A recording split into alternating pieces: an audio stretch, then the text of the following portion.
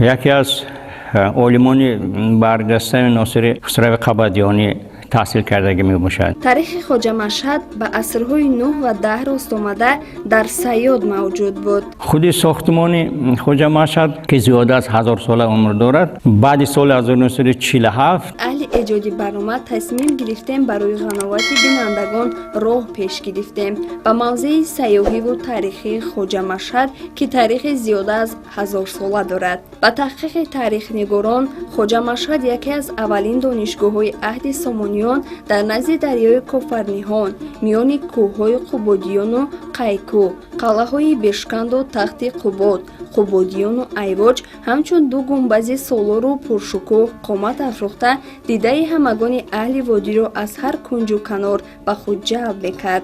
قلعه خواجه مشهد نه آنقدر شکوه دارد ولی با اسلوب نگارش خشت‌های گوناگونی تنوکی مثل سنگ سخت هنوز دیده مردم را بوده محبت و صداقت را به خلق و وطن می‌افزاید.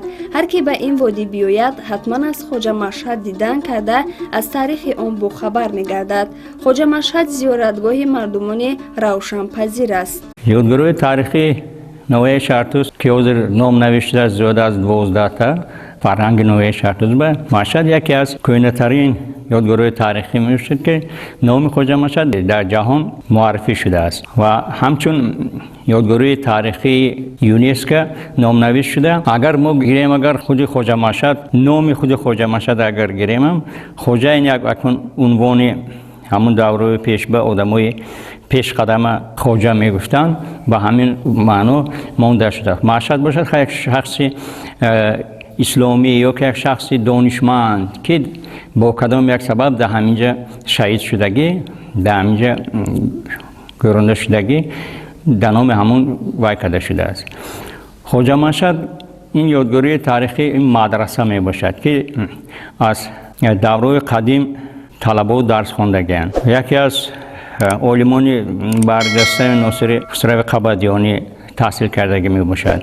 خواجه عنوان علیم، دانشمند و شخصان صاحب کسب است که در کار و ساحه‌های گوناگون میان دیگر موضوعهای تاریخی اعتبار مخصوص دارد. مشهد جای شهید شده مکانی است که کسی با عذاب‌های زیاد به قتل رسانیده شده یا خاکش اینجاست. در عهد سامانیان مردم دین اسلام را پرستش می‌کردند.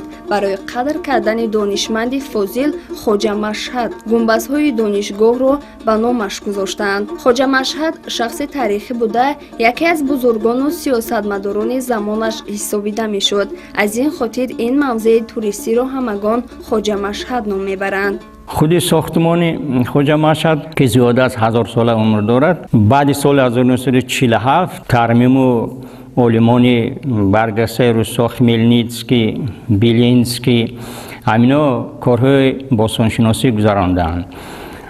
از روی کارهای باستانشناسی آنها گذرانده شده معلوم می شود که یادگاری تاریخی خواجه مشهد این یکی از یادگاری تاریخی می باشد که قریب در آسیا میانه یک و یگانه می باشد. اگر این خیلی گیریم اگر از دو تا همگی هم خیلی ساختمان ها ساخته شدگی بعد مغول ها تاختاز مغول ها ساخته شدگی برای همون ساختماناش تا حال قریب که همین ساختماناش ایستاده است. یک بار سال 1984 ترمیم شدگی می باشد. حاضر نزدیکی به باز از طرف اکادمی ملی علم‌های تاجیکستان با سرداری فیلمون در ماه مارس همین سال برای ترمیم کارهای باستانشناسی گذرانده شده و نصب کرده باشد ماه سپتامبر کارهای ساختمانی سر می شوند. کاخ بزرگ خواجه مشهد در عهد سامانیان و غزنویان همچون دانشگاه معمول و مشهور شده صدها ادیبان را به هم می آورد و علم آموزان نیز از ایران و افغانستان، هند و پاکستان، ممالک عرب برای تعلیم می آمدند. این غشتوی چینده شدگی ساختمان این خیلی غشتو منه بسیاری هم ورتیکالی هم گرزنتالی چینده شدگی غشتو هستند. این غشتو منه در همه 1000 ساله ها آسیب ندیدن. اگر ما این خیلی گیریم اگر خودی مدرسه خواجه مشهد اگر من در کتاب شاهزمان رحمان نشان داده شده است таърихи хоҷа машҳад ба асрҳои 9 ва 10 рост омада дар саёд мавҷуд буд. Марбут ба замонҳои қадим мебошад. аз маркази ноҳия дуртар аз 7 ё 8 километр ҷойгир шудааст. ин ёдгории қадима мадрасаи хоҷа машҳад ном дошта маркази таълимӣ ба ҳисоб мерафт. бино ҳамчун намунаи ёдгории таърихӣ ва санъати меъмории асрҳои 9 ва 10 халқи тоҷик буда аз ҳунари иморатсозии гузаштагони мо дарак медиҳад. сохти ин бино деворбандӣ, аркон, нақшу нигорҳои қисмати пеши бино, роҳрав ва ду иншооти бузурге ки онҳоро дугоник ҳам меноманд гувоҳи онанд ки бино хеле мустаҳкам бунёд шудааст ки то замони мо бо андаке нуқсон омада расидааст. андозаҳои ин ду бино аз ҳамдигар фарқ мекунанд.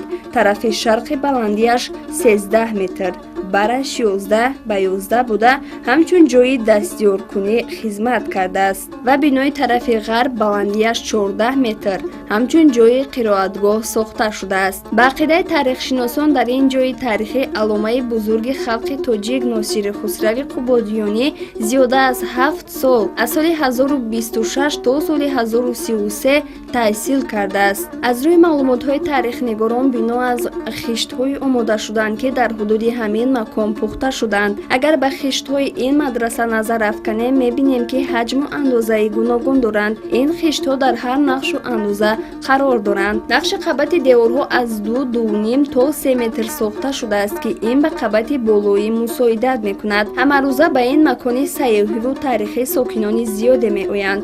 имрӯзҳо бо назардошти фарҳанги баёнгари санъати бузурги меъмории ниёгон будани мадрасаи хоҷа машҳад онро ба мероси таърихии ЮНЕСКО пешниҳод карданд. корҳои ободонӣ дар самти барқарор намуданд ва ба ҳолати аввала баргардонидани ин ёдгории машҳури таърихӣ давом дорад.